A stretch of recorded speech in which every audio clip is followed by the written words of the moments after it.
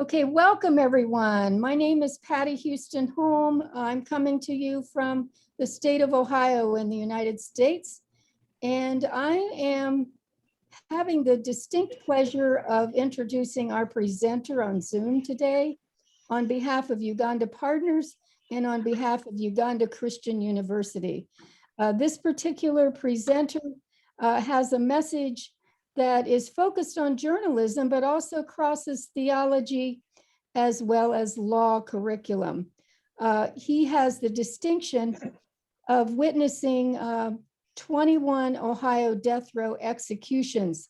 He has done his PhD dissertation on this topic, and he's going to talk to us about that today from journalism and ethical, theological, and somewhat legal perspectives.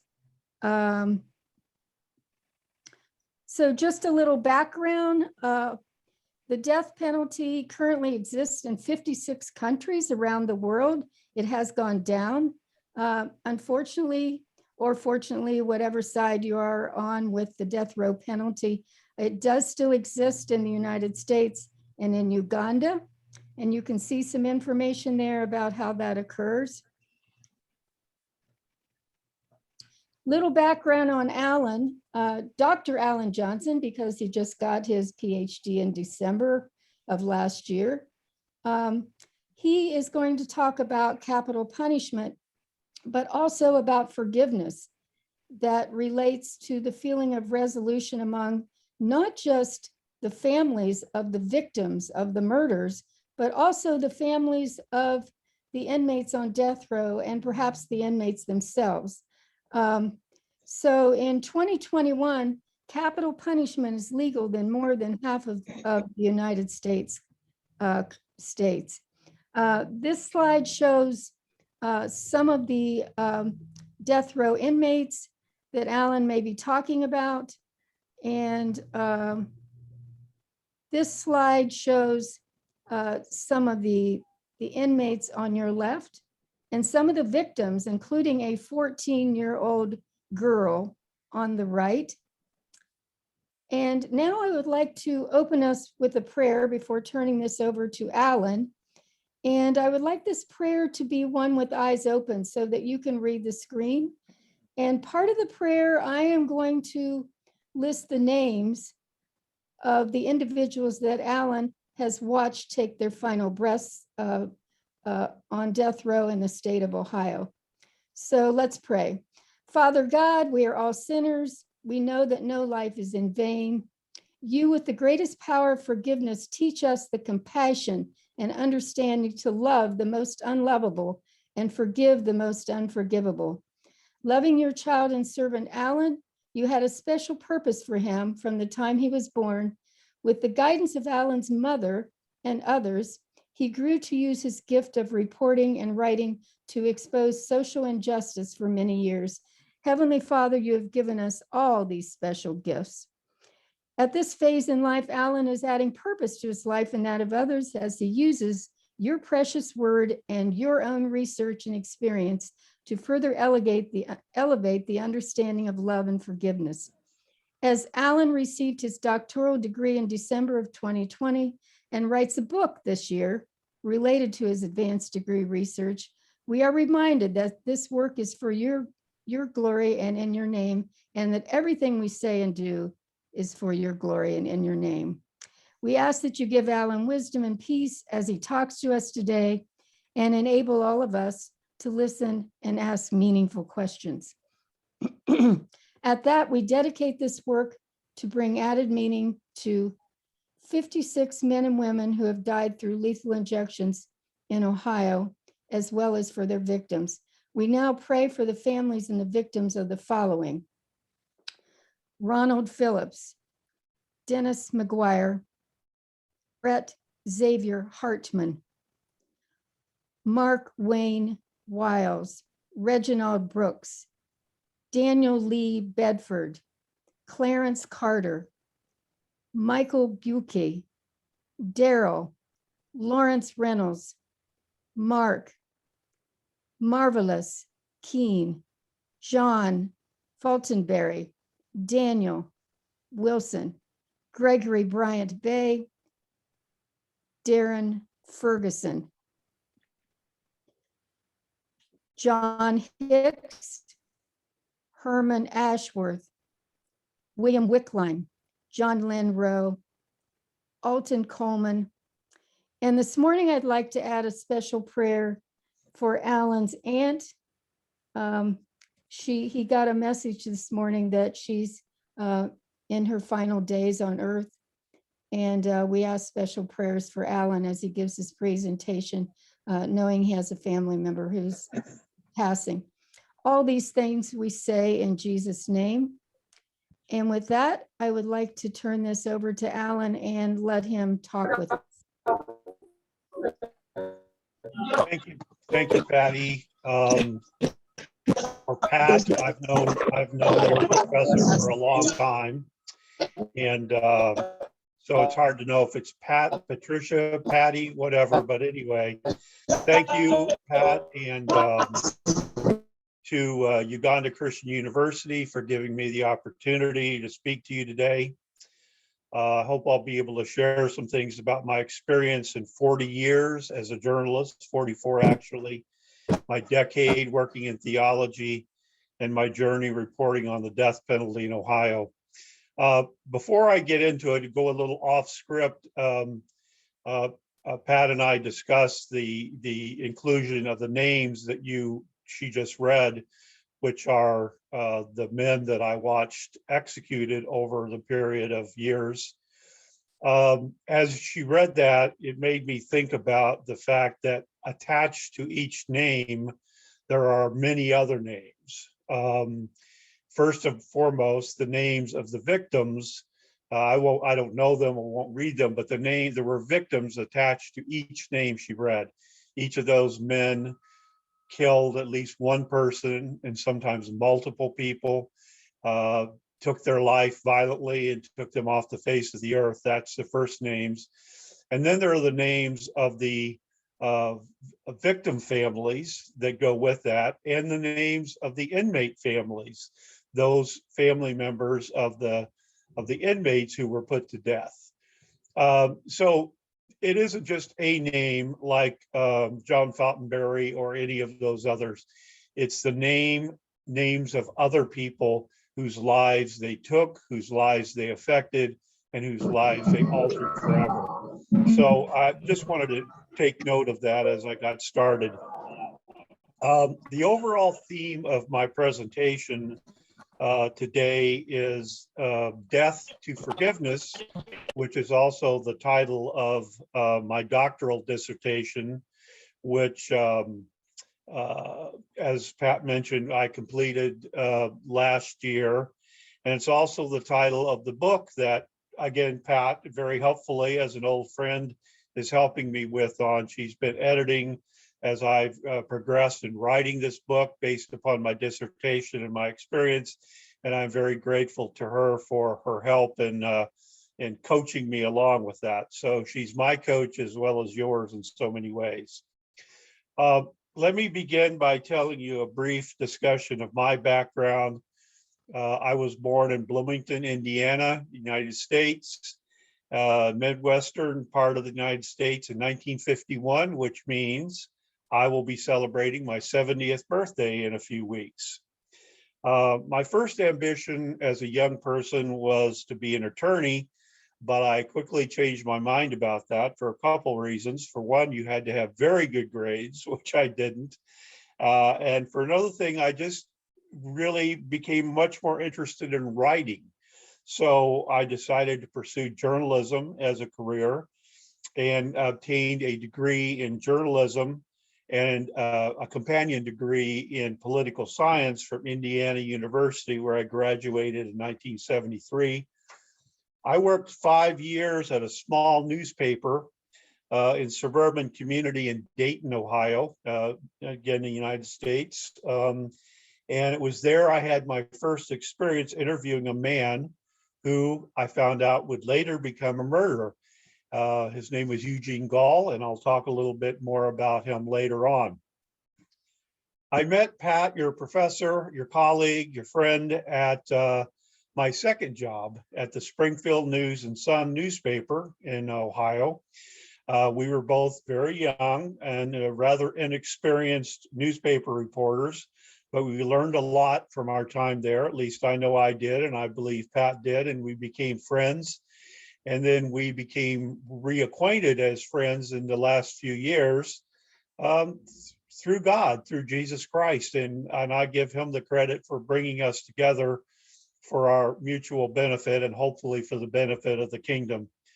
I spent 5 years working at that newspaper before moving on to my third and what would be my final job in a newspaper business at the Columbus Dispatch newspaper. Columbus is the Ohio's capital city. It's right smack in the middle of the state of Ohio. And I spent the bulk of my journalism career there. I worked there from 1984 to 2017, and I retired in 2017, which is 4 years ago this month, actually. During the second half of my time there, I began reporting on capital punishment as Ohio resumed use of the death penalty in 1999 after a 36-year absence. There were 36 years where there were no executions in Ohio. Seminary studies. I began going to Asbury Theological Seminary in 2008, thereabouts. It was a collaboration with my church, which is the Vineyard Columbus. Vineyard is a international church movement, which you may have heard of. I don't know. I'm sure there are some in Africa. But my church began offering, again, it was a God thing. God put this in my path. The church began offering seminary courses at the church. The professors actually traveled to my church and had classes there, meeting to obtain my master's degree in theology at my church. That was how it started. And keep in mind that at the time when I decided to do that, I had not been in higher education for 45 years. So my children and my friends said, "Why are you going back to school now after 4 decades, and why in theology?" And the answer is God wanted me to. I argued with God, but I don't know if you've argued with God, any of you, but you also know that when you do, you lose. God always wins the argument. God wanted me to enroll. It became clear to me, a very clear message, and I didn't know why, and God didn't tell me why at the time.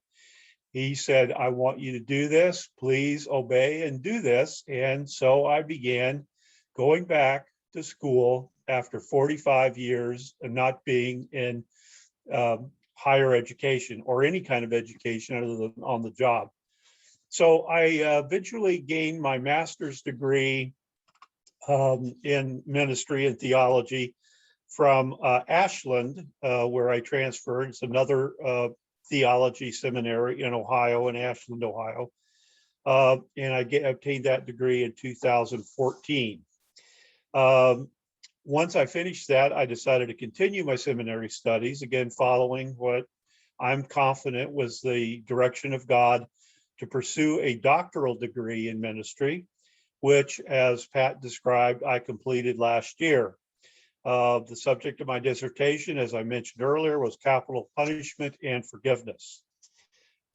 Since my retirement, in addition to the theology studies and working on the book, I also work under a contract with a group called the National Alliance on Mental Illness in Ohio.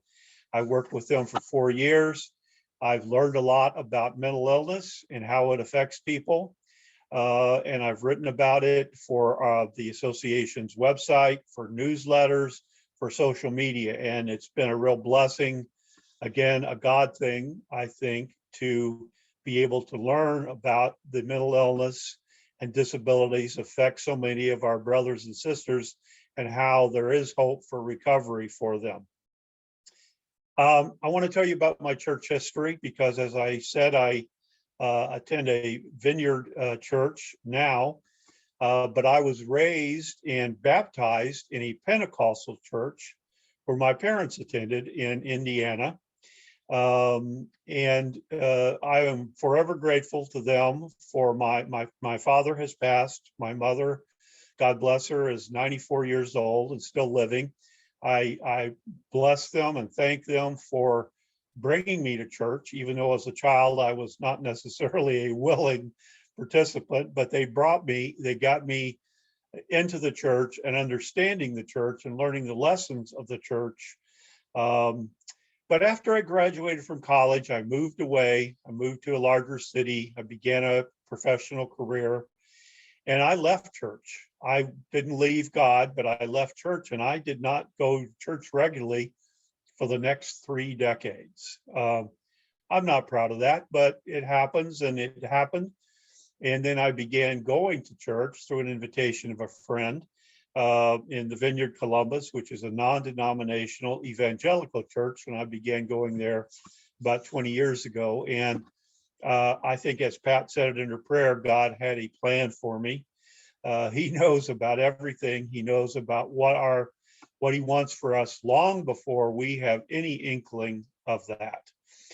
So I went to Vineyard, and as I said earlier, that was where I first got my divine inspiration to begin studying, which I did. And now I want to move into discussion of capital punishment, because obviously that is the topic of which I've written about, which I've studied about, and which I have had an experience with in my career as a journalist. As I said, there were no executions in Ohio from 1963 until early 1999. The reason for that is that in the United States, the execution process was declared unconstitutional or against the law by the US Supreme Court. And at that point, it overturned all of the death sentences in all of the states in the United States. And so for quite a period of years, there was no death penalty in Ohio, no death penalty in any other states. And so there was a hiatus or a long absence of the death penalty in Ohio. Ohio did have 2 methods of execution: electrocution, using an electric chair that people sit in and they're hooked in and they are electrocuted to death. And more recently, and the current method, is lethal injection, which is the process by which intravenous lines are connected to both arms of the person who's being executed, and deadly chemicals, a combination of deadly chemicals, is then injected into their veins. And it's a process that first essentially numbs them, stops their breathing, and finally a chemical that stops their heart. 3 different drugs typically are used to accomplish it. The state of Ohio, as I said, had the electric chair, but they dropped that around 2003, leaving lethal injection as the sole method of execution in the state of Ohio. As depicted in the slides that were showed earlier, since that time, 1999, Ohio has executed 56 men, all men, although there is a woman on death row at this time. The last execution was in 2018. The last one I witnessed was the previous year in 2017. Since 2018, there have been no executions in Ohio, excuse me, although there have been in other states, but Ohio has been unable to get the lethal injection drugs that it needs to use for the lethal injection process. And the reason for that is many of the drug companies in the United States, and more importantly in Europe, that manufacture these drugs say our drugs are not meant for executions. They're not meant to kill people. They're meant to help people. So they have told the state of Ohio, we do not want or expect or are willing to sell you our drugs for use in executions. Thus, Ohio has not been able to obtain drugs to have lethal injection executions for the past 3 years. And hopefully, God willing, there will no longer be executions in Ohio, at least in the foreseeable future. However, about half the states do have the death penalty. And many of those states use lethal injection, but some of them are coming up with different methods if they can't get the drugs. Some of the states are now contemplating using the firing squad. In other words, a group of rifles aimed at an inmate to execute them. Some are experimenting again with using gas, frankly, very similar to the gas that was used in the death chambers in the Holocaust in Germany, where gas is used, a lethal gas to kill the person. As described earlier, I personally witnessed 21 executions. The names Pat read earlier that were highlighted in yellow. The other names were the other remaining inmates whose executions I did not witness. The last one I witnessed was in July of 2017. I want to describe to you, kind of put you in my seat, my chair for witnessing an execution. It's a little grim, but it's the fact, it's what happened in Ohio and many other states. Selected representatives from newspapers, radio, and television are allowed to witness executions. In fact, the state is required to have media representatives witness, so there can be an official count, a report, an observation of it.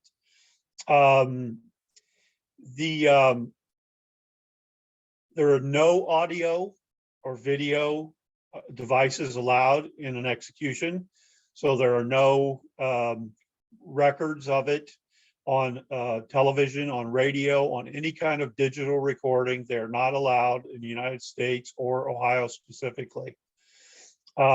Witnesses include the media, as I said, family members of the murder victim, family members of the inmate, clergy, prison staff, and as I said, media. The witness room is separated into 2 separate rooms divided by a door. This is in Ohio at the Southern Ohio Correctional Facility, which is a very large, high security prison in Ohio. Witnesses are separated by which side they're on. One side includes the family members of the inmate, and the other side, separated by a wall, includes the family members of the victim. Obviously, you don't want to put those victim witnesses in one room together watching this. This just wouldn't work, and is a common courtesy, I guess, under a very difficult circumstance. The 2 witness rooms look out upon a very large glass window, plate of glass that separates them from the actual death chamber. The death chamber is a small room, and it has the lethal injection gurney or table, a similar one to which was shown in the slide earlier. And the inmate is made to lie down on that table. They're strapped at the wrists, they're strapped at the chest, at the waist, and at the ankles. So they're completely immobilized. They're unable to get up. They can move their hands perhaps and feet, and their head, but they cannot rise up off the table, although candidly, some have tried. So the witnesses are probably 20 feet away from the execution itself. So if you'll imagine looking through a large glass window And on the other side, just a few feet away, is a man strapped down, being put to death. That's the scene we will observe if you're witnessing an execution. I won't describe the exact drugs because they vary, but there are typically 3 drugs that are used. They are piped into the room from another room through tubes, similar if any of you have been in the hospital or had blood drawn, you'll see that there are clear intravenous tubes. They come out of a wall, they go into the inmate, and they're attached at both arms, not one. And that's how the drugs get into the body of the inmate. The inmate is allowed to make a final statement. There are no limits on their statements unless they are threatening or violent in some way. But an execution typically takes an hour or so. It can take much less, perhaps 20 minutes. It will depend upon the amount of time that it takes for the medical personnel in the room to put in the IVs, which sometimes are a little difficult to get in on. For me, for example, I have a hard time giving blood because my veins are hard to find, and sometimes that happens. In any case, that's how an execution occurs.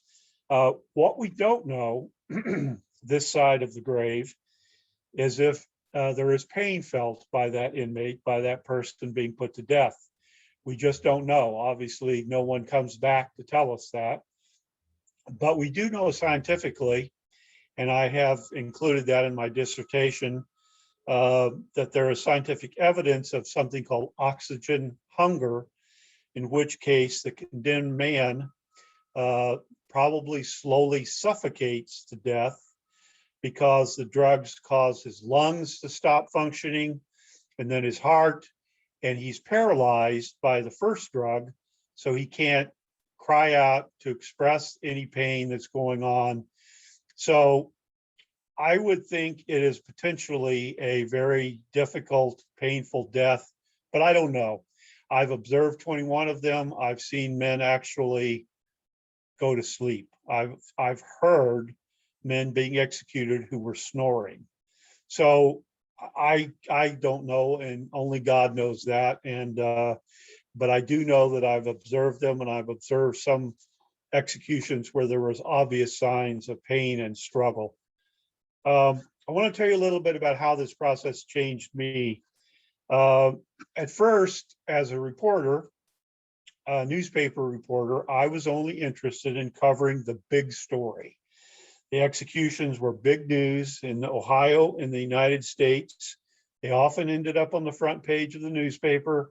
And I will admit, a little bit shamefully, that I enjoyed seeing my name on bylines, not just for executions, but other stories. There's a bit of an ego being a reporter.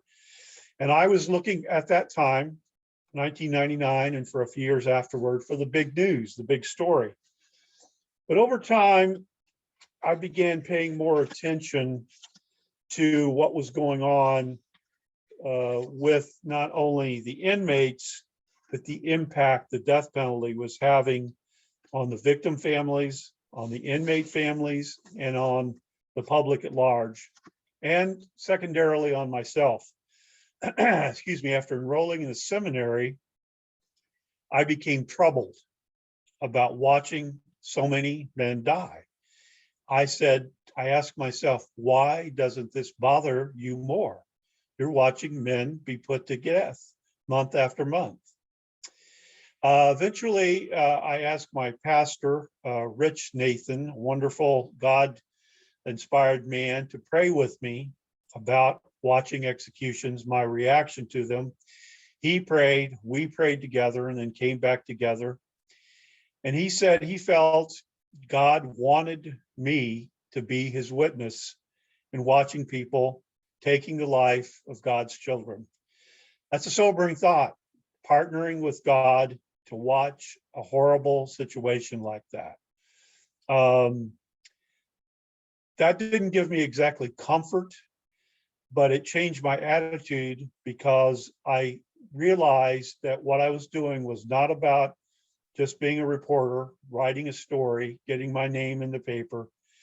I realized that I was a partner with God, a witness for God, and watching. And over time, I became opposed to capital punishment. At the beginning, I had a kind of a lukewarm feeling. I didn't like watching people die, but these people had done horrible, horrible crimes. They killed multiple people. They killed children. They killed them in horribly violent ways, unconscionable ways. And so at one point, I was not sorry that people were not on the earth anymore. But then, as I say, I changed. I realized that however bad a person is, you're not as bad as the worst thing you've done in your life. I want to segue into reasons why capital punishment is wrong. Something I've studied a lot, I've written about a lot, I've researched a lot and prayed about a lot. I think capital punishment is spiritually and morally wrong to kill someone created in the image of God. And we are all created in the image of God, every last one of us. All life is sacred. Let me repeat that. All life is sacred. Excuse me. Further, the courts make mistakes in the United States and elsewhere. Innocent people are convicted. I know that for a fact because I have written about men who were convicted and sentenced to death and later were exonerated or freed, cleared of those charges, and set free from prison. Had the death penalty been in effect in their cases, two men, Tim Howard and Gary James, that I wrote about, would have been executed, and they did not commit the crime.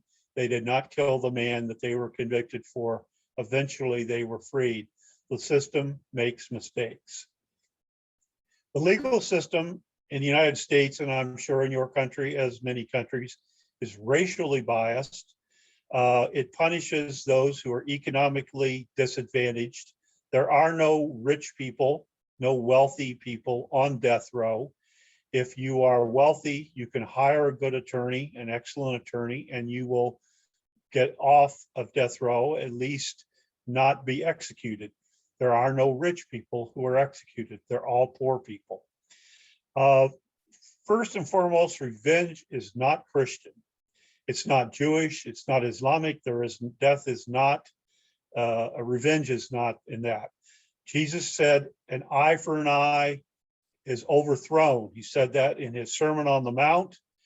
And that is a keystone to me of why I believe it. Eye for an eye had been the practice in the Old Testament, but in the New Testament, Jesus comes out and says, you have heard it, but I say do not ignore or turn your cheek, ignore the evildoer.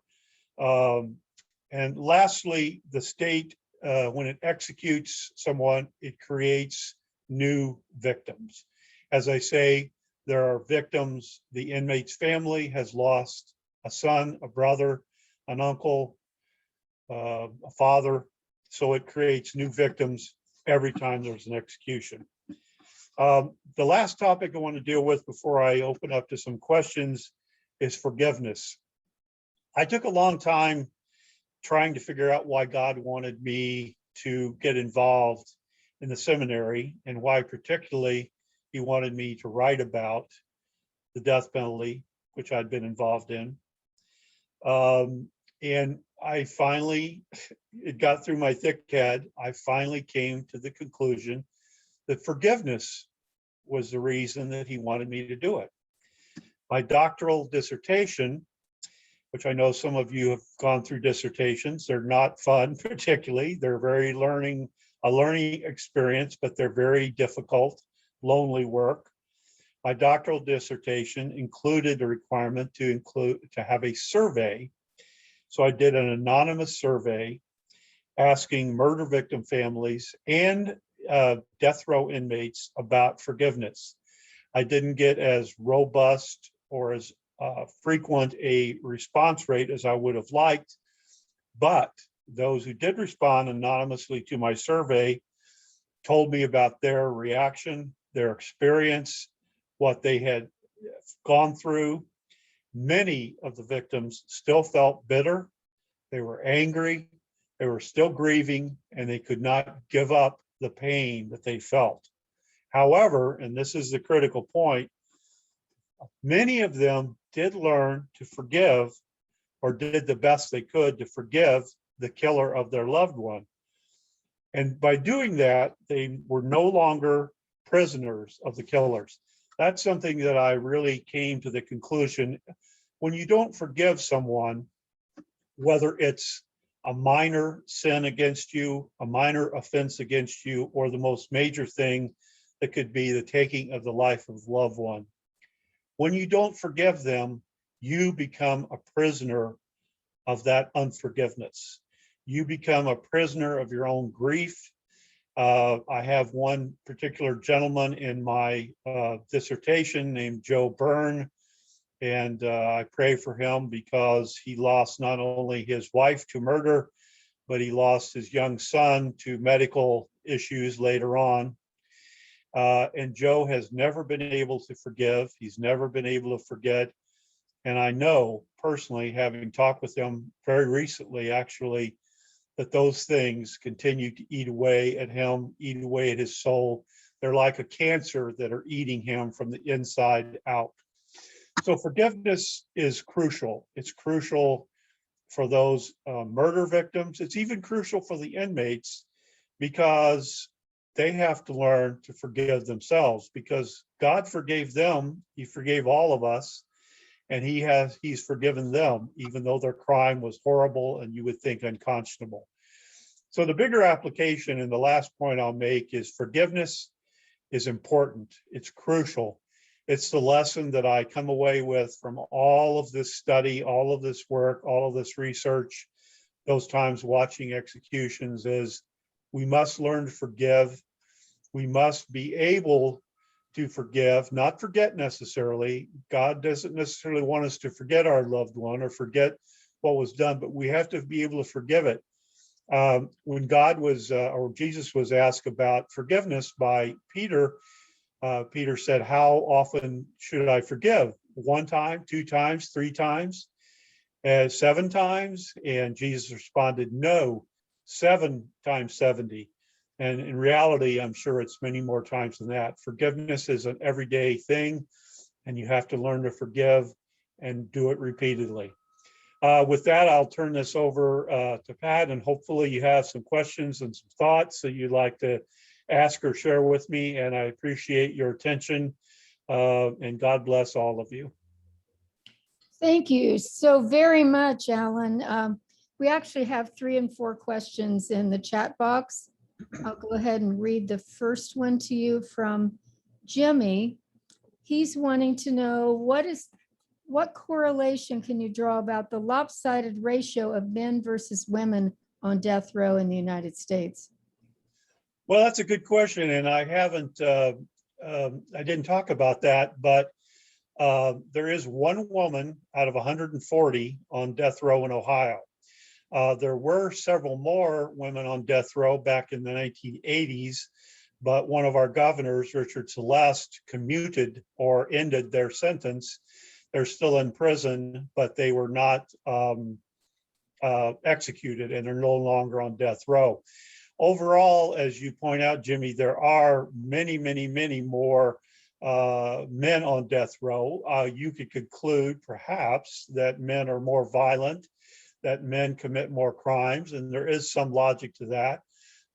You could also perhaps conclude that women are less likely to be prosecuted for crimes than men. I don't know if that's true, but there are, unfortunately, an increasing number of women in Ohio, in the United States, committing violent crimes, murders, and other types of crimes. The ratio of women to men in Ohio prisons has grown dramatically. They're still underrepresented in terms of the population, but women is the fastest growing group of prisoners coming into Ohio prisons. particularly for violent crimes, but overall crimes in general. So Jimmy, did that answer that question?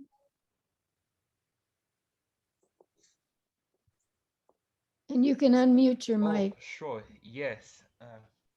Yes, Dr. Allen, thank you so much. Thank you. That makes sense. Sounds like,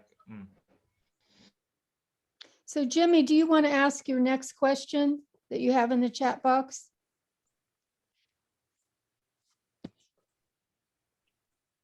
sure. That's if I'm being heard clearly. I'm sorry, say that again. Can you hear me, Dr. Allen? Yes, I can hear you. Oh, great. So my second question was regarding trauma. From watching those very emotionally disturbing sometimes scenarios, did you ever struggle with trauma? And if so, how did you cope? And finally, how did you, as you continue to do your work, how did you work at mitigating the risk of in future getting suffering post-traumatic disorder, like a military man Yes. working in a war-ravaged country, retiring, and stuff replays in your mind? Thank you. Thank you for the question, Jimmy. I think I discussed during my presentation something about the impact it was having on me. I can't say, and I'm grateful to God for this, that I did not experience trauma. I certainly experienced emotion and second thoughts and difficulties in doing it, but not trauma. One of the things that kept me from being too involved in what I was watching was my journalistic training. As soon as I entered that execution room to sit down and watch, I began my professional side clicked in. We only were allowed a pencil or a pen and a notebook. And so I wrote down everything I saw, I heard, I smelled, I sensed by minute. So it'd be 10 in the morning, which they typically begin. We enter the room, who's there. So I think I distanced myself from the trauma, the emotion of it by doing what in journalism is called a tick-tock, like a clock. Minute by minute, I would go through what I was watching and write it down, which later would be used in conveying that to my readers. The second part of the question is, I became concerned about why I wasn't more concerned about watching men die. And that's when I approached my pastor, and I had what I would call a crisis of conscience. Was I doing the wrong thing? Was I there for the wrong reasons? Was I there because I wanted to write a story rather than be a service? And again, as I recounted, my pastor was very helpful and kind of helping me through that, praying with me, and kind of discovering that I had a higher purpose, a higher calling, if you will, that God wanted to partner with me. He wanted a Christian witness in that room, in that horrible place where there was so much pain and suffering going on among the witnesses and obviously the inmate and even the corrections officers who were doing it. They had terrible suffering, and many of them became alcoholics and had mental breakdowns because they were the ones who physically had to strap the man down and inject the drugs. So I think the prayer and knowing that there was a purpose to it allowed me to avoid that post-traumatic stress syndrome that I know is such a torturous thing for so many people. I hope that answers your question. So Alan, we've got a couple questions from Gloria. I'm going to ask the first two for her, and then I'm going to let her put her audio on and give you her thoughts. But one of her questions I know you're going to want to address is what happens if someone's on the table and it doesn't work? And the other question is, what are the statements that you've heard death row inmates say before they die? Thank you. Those are good questions.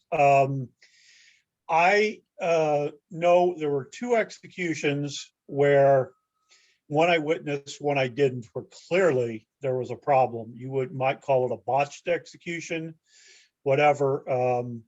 One of them involved a gentleman named Joe Clark, who was eventually executed, but they had trouble getting access to his veins.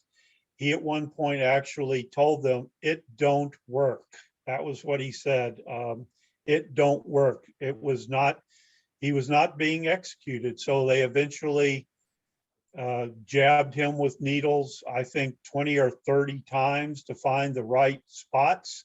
They tried the back of his hand, they tried his ankles, and eventually, after an hour of this, he was executed. So that proceeded. The state went on with it. The one I did observe, and the most difficult one I observed, was a terrible execution of a gentleman named Dennis McGuire, which was the next to last execution. McGuire struggled.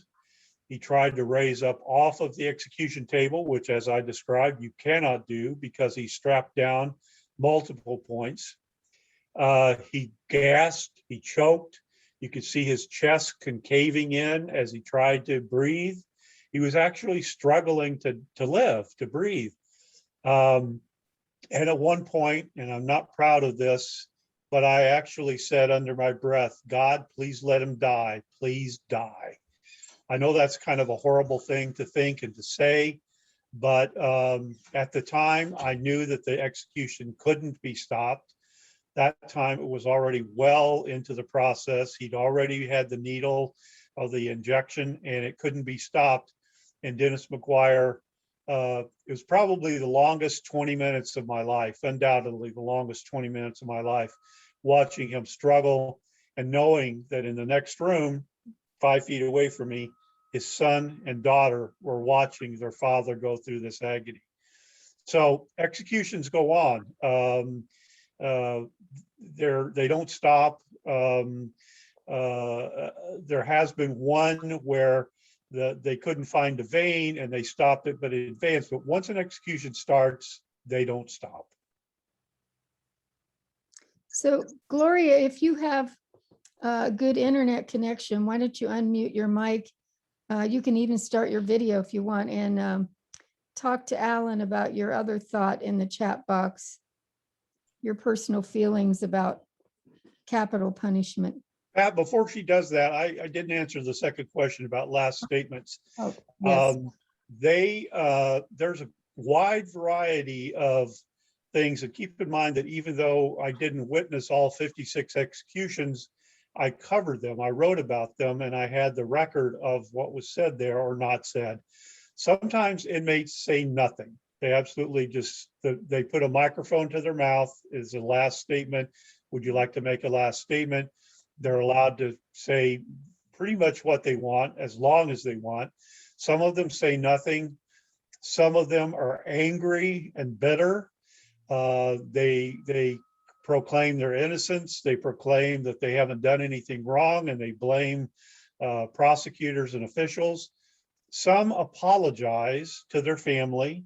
Some apologize to the victims. Some ask for forgiveness. Some of them cry. One of them read the 23rd Psalm over and over. One of them read it in German. So there's a lot of various and sundry things that inmates have said. It's clearly very emotional. Some of them just say, one of them said, "Let's roll." It was just like, let's go. I'm ready for this. Let's go. So it's a wide variety of things, from saying nothing to 20-minute recitations of the 23rd Psalm. Thank you, Alan. Gloria, did you want to unmute your mic, even your video? And Oh, Hello, Patty. Hello. Hi, everyone. So my third question, it's not a question, but I want to know what everyone thinks. Do we all think execution is the way to go? Like, we live with, for example, in families where people have wrangles and they kill each other, but we just forgive and, move on with it and just forgive them. Do we think it is right for people to be executed no matter what they've done? Yeah, thank you.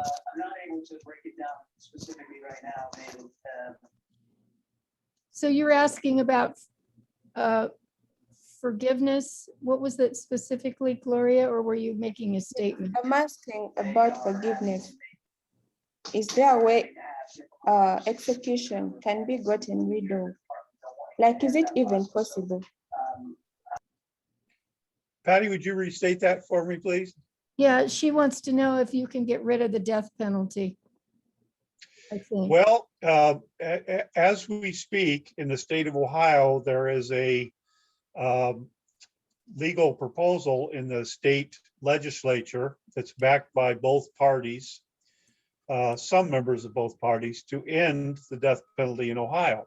That would legally end a process that has taken the lives of, over the many years of the death penalty in Ohio, over 400 people have been executed, and obviously many thousands have been executed in the United States. So yes, it is possible to end the death penalty. I hope and pray that that will happen. In the United States, the federal death penalty was used last year by the former president several times, for the first time in decades. And hopefully the current president has banned executions, but not legally banned them. He has just stopped them by executive action. So yes, they are temporarily stopped at the federal level. They can be stopped at the state level. But I know, for example, the state of, I believe, Oklahoma just set 7 new execution dates, and Ohio set a new execution date for a man in 2025. So yes, it can happen. No, it hasn't happened yet, at least not in Ohio. So Timothy, do you want to ask your question? Unmute your mic and ask your question. Hello, can you hear me? Yes. Yes.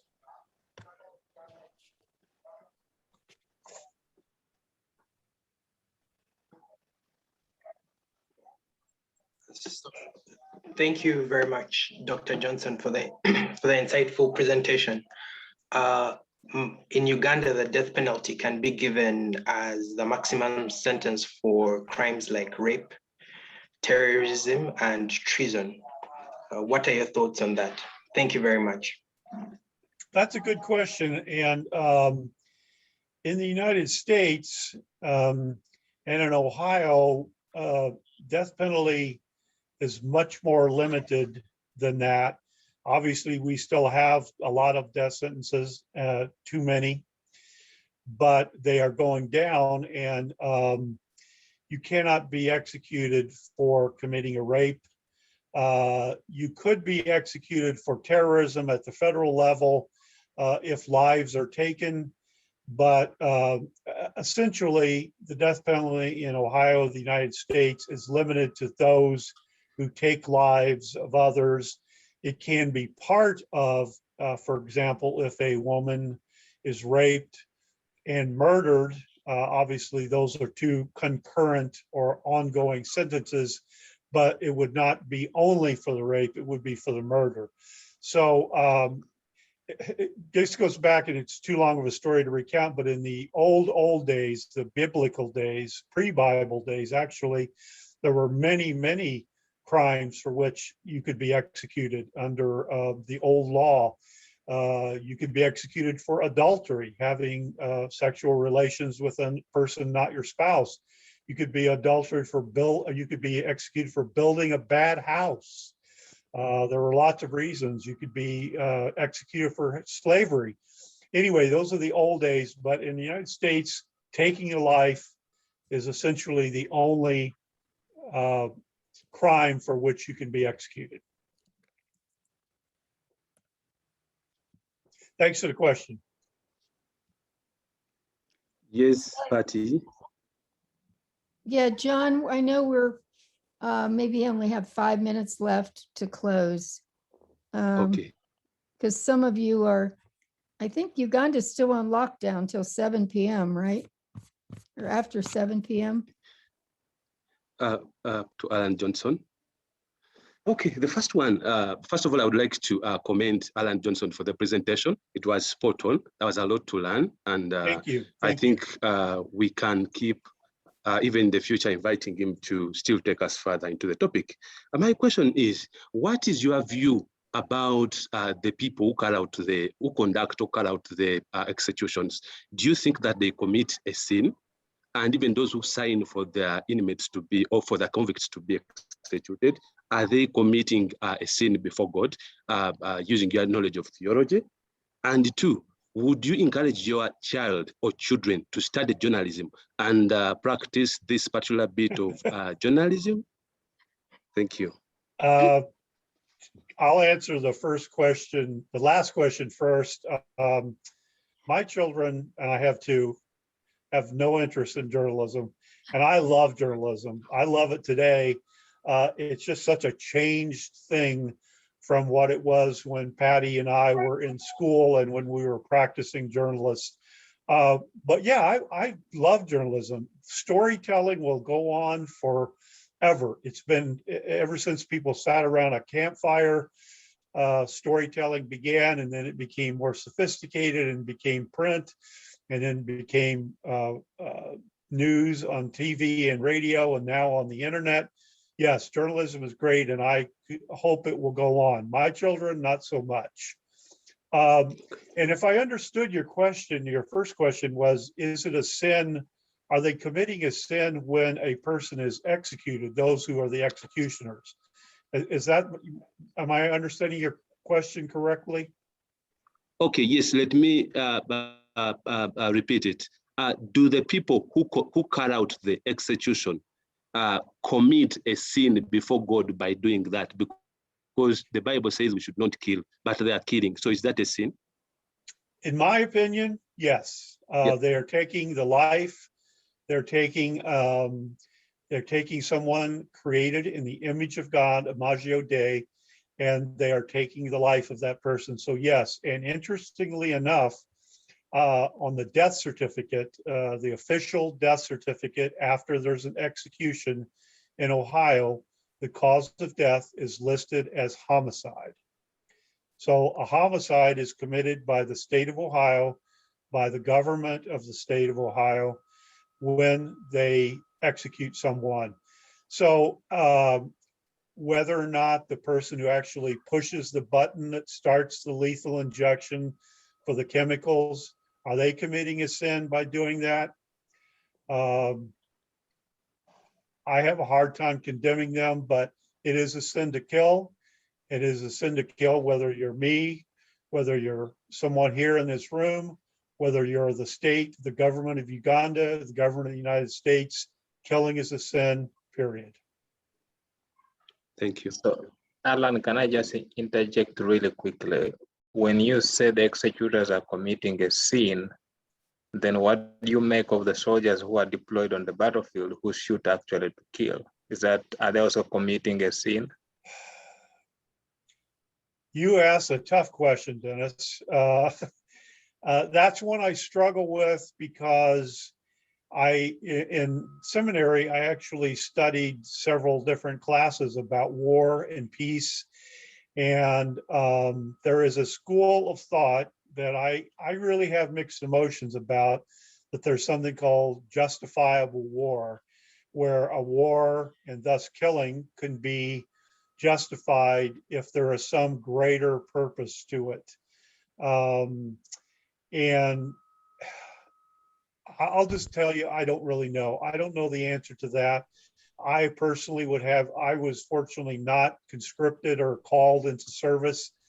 I was a Vietnam era war person. I probably would have not served because I was a conscientious objector to killing, but I know that there are times when war, unfortunately, is inevitable, and with war comes death.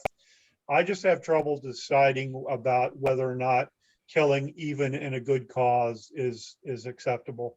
Killing is killing, death is death, life is life. So I wish I had a better answer for you, Dennis.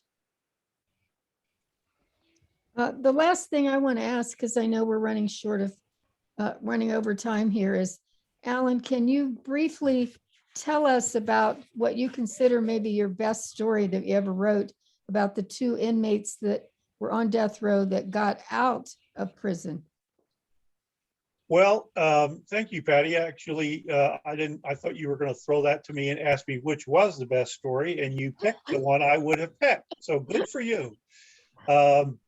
Tim Howard and Gary James were 2 gentlemen that I met through their attorney. I was approached many times by attorneys and by family members saying, my loved one is in prison, they're innocent, and most of the time I found out they either weren't innocent or there was questions about it.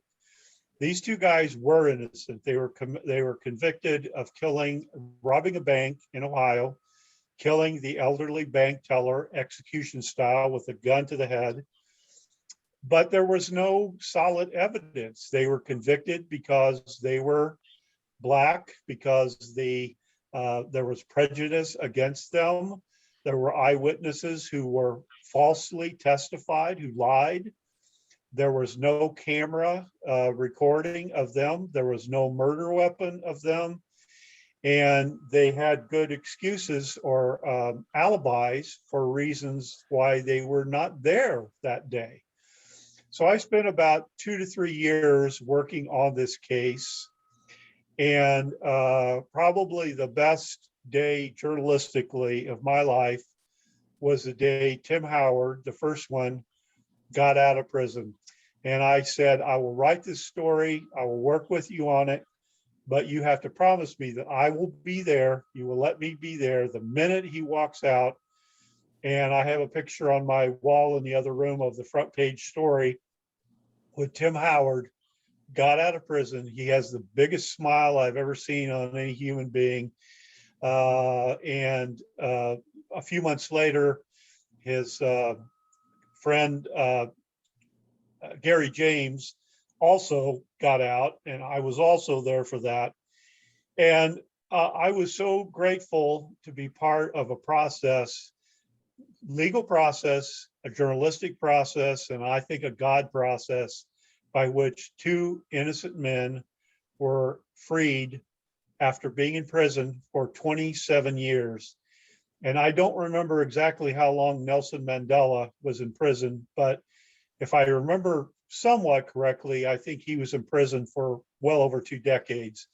Think about how much of your life you lose in 27 years locked up behind bars for a crime you didn't commit.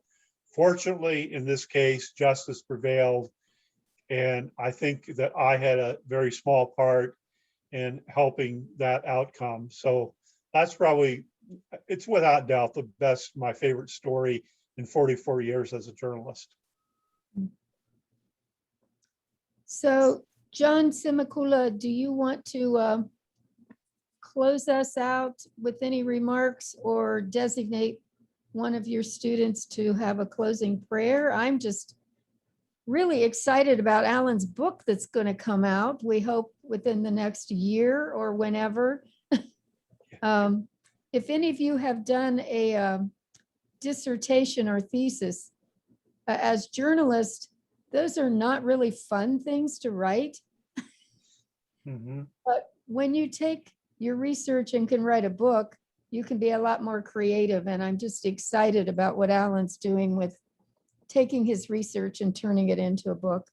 With your help, Pat, by the way, thank you very much publicly for helping edit my words as I proceed on this process of writing the book. So John, Thank you so much, Patty. Yeah. Yeah, thank you so much, Patty and Alan Johnson for the presentation. I'm going to ask Gloria to say a word, thanking in particular Alan Johnson, Doctor, for the presentation and also leading us in a word of prayer. That's all. Thank you so much, Mr. Semakula. I'd like to thank Dr. Alan Johnson for the presentation. It was so educative, and my mind was put to thought on a lot of things. Well, I guess I'll get the answers. Anyway, I don't really have much to say. We can humble ourselves and pray. Father, King of Glory, we thank you for this session. We thank you for Patty. We thank you for Dr. Alan. We thank you for Mr. Semakula. We thank you for everyone who has attended this Zoom lecture, Lord. And we thank you that you bless them with the knowledge that they've shared with us. And we thank you for Alan, for he was that brave to take the calling that you called him to do. And he has been able to share with us his experience. Maybe it's a prophecy that one of us will be just like him.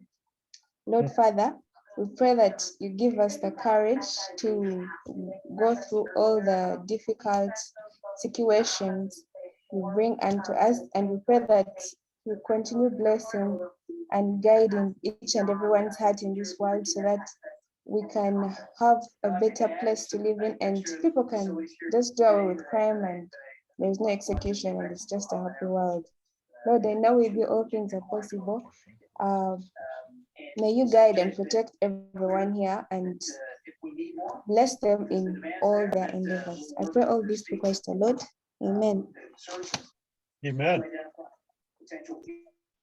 Thank you so much, Patty. May I make one humble request before we go, that people can switch on their videos such that we can have a look at one another's face as we leave. Thank you. Yeah, and Dennis, you can stop the video if you want.